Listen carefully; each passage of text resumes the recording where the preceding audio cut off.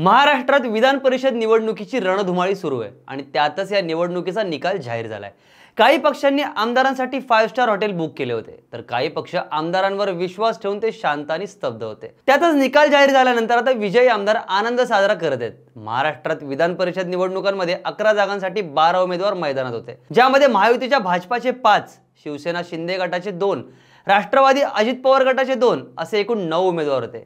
तर महाविकास आघाडीचे काँग्रेस आणि उद्धव ठाकरे गटाचा प्रत्येकी 1 असे उमेदवार होते। राष्ट्रवादी शरद पवार गटाने आपला उमेदवार उभा न करता शेतकरी कामगार पार्टीच्या जयंत पाटील यांना समर्थन दिलं होतं। याच विधान परिषदेच्या रणांगणात महायुतीचा विजय झालाय, ज्यामध्ये भाजपाच्या पंकजा मुंडे, परिणय फुके, सदाभाऊ खोत, अमित गोरखे, योगेश टिळेकर विजयी झालेले उमेदवार आहेत। तर शिवसेना शिंदे गटाचे आणि राष्ट्रवादी अजित पवार गटाचे कृपाल तुमाणे, भावना गवळी, शिवाजी गर्जे, राजेश विटेकर हे उमेदवार विजयी झालेत। महाविकास आघाडीमध्ये काँग्रेस आणि शिवसेना उद्धव ठाकरे गटाचे दोन्ही उमेदवार प्रज्ञा सातव आणि मिलिंद नार्वेकर विजयी झाले आहेत। पण शेतकरी कामगार पक्षाला पराभवाचा सामना करावा लागलाय। पण विधान परिषद म्हणजे नेमकं आहे तरी काय? जर सर्वसामान्य माणूस विधान परिषदेसाठी मतदान करू शकत नाही, तर मग नेमकं वोट कोण करतं? जाणून घेऊया या व्हिडिओच्या माध्यमातून।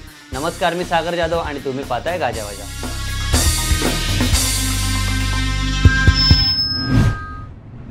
भारत हे जगातलं सर्वात मोठं लोकशाही राष्ट्र आहे आणि हेच लोकशाही राष्ट्र चालवण्यासाठी 2 प्रकारे सरकार स्थापन होतं, केंद्र सरकार आणि राज्य सरकार। जसं भारताच्या संसदेत लोकसभा आणि राज्यसभा अशी 2 सभागृह आहेत, त्याचप्रमाणे प्रत्येक राज्यात विधानसभेव्यतिरिक्त विधान परिषद असण्याचा अधिकार घटनेचा कलम 169 देतो। भारतात आतापर्यंत तरी 6 राज्यांमध्येच विधान परिषद आहे।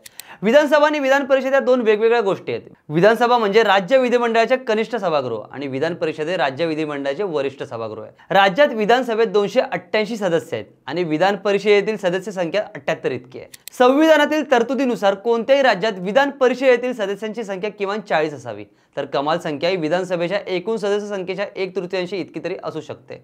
विधान परिषद निवडणूक प्रक्रिया अशा प्रकारे आहे की महाराष्ट्र विधान परिषदेचे एकूण 78 सदस्य आहेत, त्यातील 30 सदस्य विधानसभा सदस्यांमार्फत म्हणजेच आमदारांमार्फत निवडले जातात। 22 सदस्य विविध स्थानिक प्राधिकारी संस्थांमार्फत निवडले जातात। तसंच 7 सदस्य पदवीधर मतदारसंघातून तर 7 सदस्य शिक्षक मतदारसंघातून निवडले जातात। याशिवाय 12 सदस्य राज्यपालांद्वारे नामनियुक्त केले जातात। वाङ्मय, शास्त्र, कला, सहकारी चळवळ आणि समाजसेवा यामध्ये अनुभव आणि ज्ञान असलेल्या व्यक्तींनाच राज्यपाल नियुक्त करतात। विधान परिषदेची गरज का निर्माण झाली हा प्रश्न तुम्हाला पडलाच असेल। तर विधानसभा म्हणजे कनिष्ठ सभागृहात कायदे संमत करण्याचं काम केलं जातं।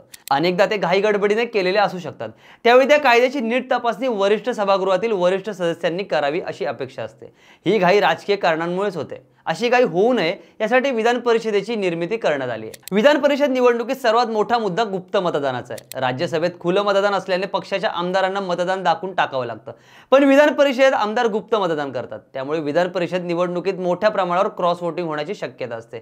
तसा हा पक्षांसाठी तोट्याचा विषय आहे। म्हणूनच modern problems require modern solution म्हणत सर्व पक्षांनी स्वतःच्या आमदारांसाठी हॉटेल्स बुक केले गेले, पण या हॉटेल बुकिंगचा फायदा फक्त महायुतीलाच झाल्याचंच दिसत आहे। 2022 भाजपाचे सर्व उमेदवार विजयी झाले होते आणि 2024 मध्ये आता भाजपाने स्वतःचं विजयस्थान विधान परिषदेत कायम ठेवलंय। त्यामुळे आता विधानसभेत महायुती आपला झेंडा रोवेल की त्यांना पराभवाला सामोरं जावं लागेल हे भविष्य सांगेल। महाराष्ट्राच्या राजकारणातील अशाच घडामोडी जाणून घेण्यासाठी गाजावाजाला लाईक, शेअर, फॉलो आणि सबस्क्राईब करायला विसरू नका।